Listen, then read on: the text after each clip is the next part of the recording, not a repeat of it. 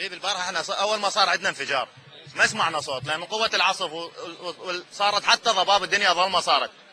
زين الى تقريبا ساعتين ما حد طبلنا، لا مسعف، لا قمنا احنا اهل المنطقه ننزل العالم بالدرجات، والله العظيم ننزلهم ونسعفهم احنا بايدينا. زين ملتي هي اللي يبردوا لي وزاره الخارجيه، والله الحايط حرامات ترى يوقع الصبغ مالها.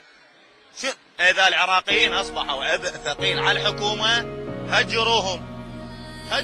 وين ما كان هجروهم. اي مسؤول اي رئيس دوله يباوع على العالم يكسب فيهم اجر يريد يطب الجنه يستقبلهم، خليه يهجروهم.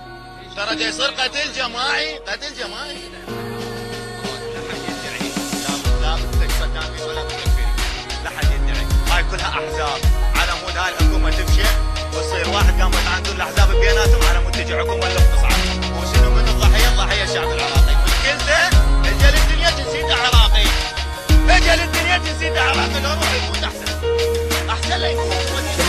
شنت الحروب على أمنا، لكن الناس كانوا ضحية بهجمة إرهابية، وإحنا ماتوا 600 ونرجع ونقول المن يشكون أهل الناس يموتون، يشكون المجنون لو يجون على الشهيد بينهم ميت ودمعة بعينه على موت السيدة مسؤول لو وزير ما فلان خليه يطير. 7 سنين من الحرب ما لاحظنا اي شيء يتغير، والاحداث اللي خلتنا نعيش بخوف ان رب الكون نعم ان رب الكون هو اللي ينصرنا، هو اللي يحمينا، هو اللي يعرف شنو بداخلنا. رغم كل اللي يصير خلنا نصيح باعلى صوت كلا للطائفيه. يا الهي ما دونا سوى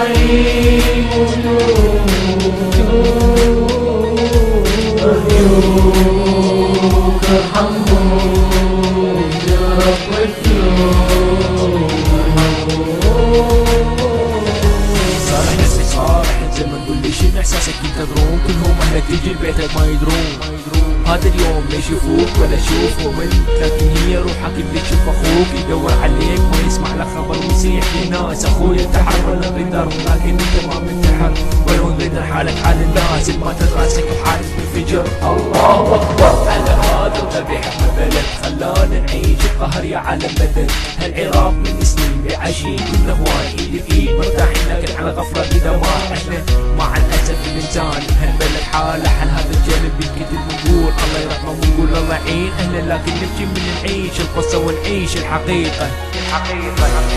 ليش العراقي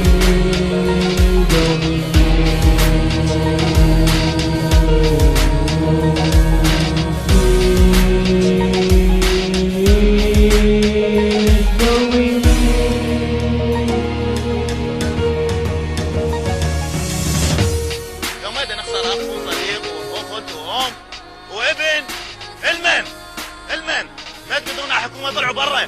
من جابكم؟ ما نعرفكم. انا حتى اساميكم كامله ما نعرف. اطلعوا برا. طلعوا موتونا. لو طلعونا وانتوا عيشوا بامان وشيلوا الصفات وافطروا براحتكم. حكومه براحتها تفطر امان، ماكو شعب. عيشوا حكومه بلا شعب. www.dckunion